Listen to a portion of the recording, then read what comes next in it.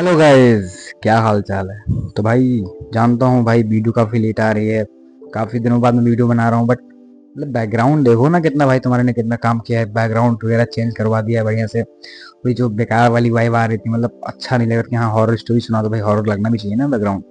तो मैंने एकदम हॉरर बनवा दिया है। अब कहानी भी आपके लिए लेके आऊँ, तड़कती भड़कती काफ़ी अच्छी कहानी, जिसको आप पूरा ज़रूर सुनिएगा। चलिए आज की इस कहानी को शुरू करते हैं। तो अभी तक आपने चैनल को सब्सक्राइब नहीं किया भाई, इतना सपोर्ट कर रहे हो तो सपोर्ट फटाफट से और बढ़ा दो अपना सपोर्ट। फटाफट से भाई, कम से कम 1000 सब्सक्राइबर जल्दी से हो ही जाए, इतना सपोर्ट कर दो फटाफट से। चलिए आज की कहानी को अपने हम शुरू करते हैं।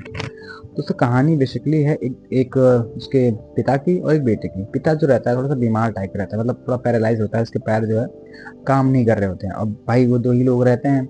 बेटे का नाम रहता है अब्दुल। अब्दुल बेसिकली अच्छा, मतलब कम ही थोड़ा सा 15-16 साल का रहता है, जो पढ़ाई लिखाई अपने पिता की बीमारी की वजह से छोड़ चुका होता है। वो स्टेशनों पे जूते पॉलिश करके अपने जो है पैसे कुछ कमा वमा के जो है अपने घर का पालन पोषण कर रहा होता है। तो काफ़ी गरीब था। तो एक दिन की बात है, जब वो घर लौट रहा था काम वाम करके, उसका अब्दुल जो अपने घर लौट रहा था, तो देखा उसका पिता जो है मर चुका, उनकी जो है डेथ हो गई थी। उसके बाद उतने पैसे भी नहीं थे जिससे उनसे अच्छी तरीके से अपने पिता का अंतिम संस्कार भी कर सके।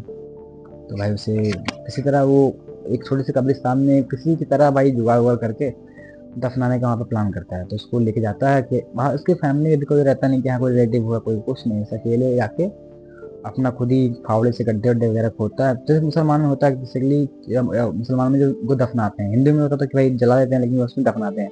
तो कब्रिस्तान में वो लेके जाता है, कब्रिस्तान रहता है उसी में ले जाता है, और गड्ढे खुद ही खोदता है। खुद ही उसमें करते करते कब उसको रात हो जाती है, उससे पता भी नहीं चलता कब इतना रात हो गई है। तो खोदता है खोदता खोदता है रात, उसमें बस आँख से उससे आंसू बह रहे हैं, बस परेशान है बेचारा, बस रो रहा है। आखिरी टाइम में उसको देख रहा है। तो काफ़ी जब मशक्कत करके जब भाई उसने गड्ढा तो खोदा, उसमें किसी तरह दफनाया अपनाया अपने पिता को। और रात काफ़ी हो गई थी, मतलब चांदनी रात थी इस समय, और रात बढ़ती जा रही थी कि उसको कब शाम हो गया पता नहीं चला। वहाँ पर बैठा बस उस कब्र को देखे जा रहा था। फिर उसके पास कोई कोई बचा ही नहीं था उसके अलावा। उसके पिता ही थे जो सब कुछ थे उसकी दुनिया में, बट अब वो भी नहीं रहे। तो उससे काफ़ी प्रॉब्लम भाई हो रही थी। अब पिता चला गया उसका, चाहे जैसा भी थे उसके पिता ही थे, तो उसे कुछ समझ नहीं आया, बस रो रहा था पूरे दफना अपना के। अब वो वहाँ से निकलने का सोचता है। वहाँ से निकल के अपना के जाके जब थोड़ा सा दूर जाने लगता है गेट के पास, थोड़ा सा पहुँचता है, तो उसे आवाज़ आती है, अक्कू अक्कू। भाई ये तो उसके मतलब अक्कू जो है उसको उसके पिता ही बुलाया करते थे काफ़ी प्यार से। तो लगता है पिता मेरे आवाज़ आया, तो पीछे मुड़ के देखता है, वहाँ पे कोई नहीं रहता। भागते हुए उनकी कब्र के पास फिर आता है, लेकिन वहाँ पे बोलता है कि पिताजी आप मुझे सुन सकते हो क्या, पिताजी आप मुझे सुन सकते हो। तभी वहाँ पे कोई रिप्लाई नहीं आता। वो उसे लगता है कि मेरा भ्रम होगा, मुझे अब यहाँ से निकलना चाहिए, इसलिए मुझे ऐसा लग रहा है कि मुझे इनकी मतलब हो रहा है। तो वो जाता है गेट के पास, वो बढ़ने लगता है, तब उसे एक अजीब तरह की धुंध, मतलब जो होता है ना विंटर में होता नहीं शीत, अजीब तरीके से वो धुंध यहाँ पर निकल के आती है। और देखता है कोई उसके सामने से सट से कोई परछाई हट से गई। भाई ये देख के उसे थोड़ा डर तो लगता है कि आखिर क्या है। और फिर से मतलब देखता है कि आखिर कहाँ है, सट से उसके पीछे से निकली हुई, ऐसा कुछ फिर लगता है उसे पीछे से निकला है। वो पीछे मुड़ के देखता है, और सामने जब थोड़ा सा देखता है कि फटाक से मुझे निकलना ही चाहिए, कुछ प्रॉब्लम जरूर है, मुझे यहाँ पे रुकना सेफ नहीं। तो बढ़ के देखता है तो भाई वहाँ पे गेट जो है किसी ने लॉक करके चला गया कोई। अब वहाँ पे कोई है नहीं, गेट जो है लॉक है। अब गेट के जो एंगल्स थे वो काफ़ी ऊंचे ऊंचे थे, मतलब काफ़ी ऊंचे थे, जो उसको पार भी नहीं कर सकता भाई कूद के, हाँ कूद के पार कर लूँ ऐसा नहीं था। इन कब्रिस्तान के पीछे वाले रास्ते पे एक रास्ता था जहाँ से वो निकल सकता था। बट प्रॉब्लम ये थी, उसे पीछे वाले जब रास्ते पे जाना है तो उसे पूरे कब्रिस्तान का बीचों बीच से उसको निकलना पड़ेगा, वहाँ पे रास्ते में उसके पीछे वाले गेट के पास जाने से।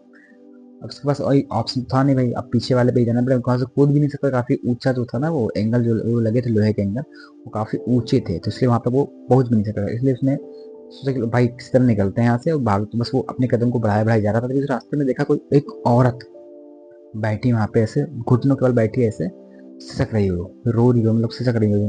तो बुलाता भी है कि क्या हुआ, आप कौन है, आप इतनी रात को क्या कर रहे हैं, मतलब आवाज देता है उसको, कोई देखे कुछ बोले कि कोई हो। तो कुछ भी आवाज उसने रिप्लाई नहीं करा। इसलिए भाई कुछ अजीब लगा कि हाँ मतलब कौन है। तो उसके पास जाता है और कंधे पे हाथ रखता है, क्या हुआ आपको। जैसे वो बुढ़िया रहती है, मतलब एक औरत रहती है, वो उसका सर जो है अपना 360 डिग्री से टर्न पूरा घुमा देती है, और आंखें पूरी एकदम लाल, उसको भूर खून है जैसे आंखों में खून भरा, उसका वजह बियर्ड चेहरा उसका रहता है कि देखिए उसकी यहाँ पे अब्दुल की फट जाती, और वो वहां से बस चिल्लाते हुए भागता है भागता है भागता है भागता है, और एक पेड़, पीपल का एक पेड़ रहता है, उसी के पास जाके चिपक जाता है। और उसे भाई इतनी हिम्मत उसके पास नहीं रहती है कि वो वहां से खिसक ले, मतलब भाग ले अब किसी तरह।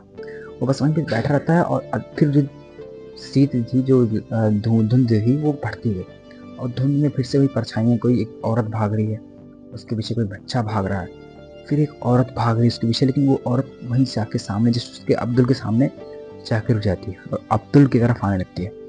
अब्दुल की तरफ जैसे आने लगती है, अब्दुल घबरा जाता है एकदम से, और तक भागने का ट्राई करता है, और उसका पैर किसी चीज़ से फंसता है और जाके कब्र में जो खुदी होती है उसी में गिर जाता है।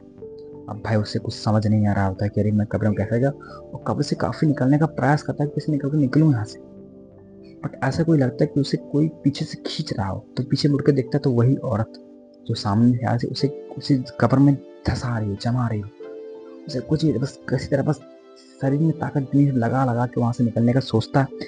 तभी उसे कोई ऐसा लगता है कि उसे हाथ दे रहा है, हाथ कब्र से कोई हाथ दे रहा है, उसे हाथ के सहारे पकड़ के वो बाहर में निकलता है इस तरह, और वहां से फटाफट से कब्रिस्तान से बाहर निकल जाता है। तब उसे रियलाइज होता है कि वहाँ पे कोई था नहीं, जिसने उसे हाथ दे, दिमाग में आता है कि मेरे साथ अब्बू ही थे जिन्होंने मुझे बचाया है। आज मैं अपनी जिंदा हूँ तो मैं अब्बू के जिंदा हूँ, शायद उन्होंने मेरी हेल्प करी तभी मैं आज यहाँ पे बच पाया हूँ, वरना मैं आज तो भाई मेरी ज़िंदगी ख़त्म ही। दोस्तों ये थी एक अब्दुल की कहानी जो मुझे यहाँ पे इंस्टाग्राम पे किसी ने भेजी थी। तो आशा करता हूँ आपको उस कहानी अच्छी लगी हो, और आपके पास भी कोई ऐसी स्टोरीज हो हॉरर जो रियल कहानी, तो आप मुझे इंस्टाग्राम पे या फिर आपको ईमेल आईडी मिल जाएगी, उस पर आप भेज सकते हो। ऐसी स्टोरीज मैं अपने वीडियो में लाता रहता हूँ। चलिए मिलते हैं अगली कहानी में। कहानी पसंद आई तो वीडियो को लाइक और चैनल को सब्सक्राइब करना मत भूलिएगा ऐसी हॉरर स्टोरीज देखने के लिए।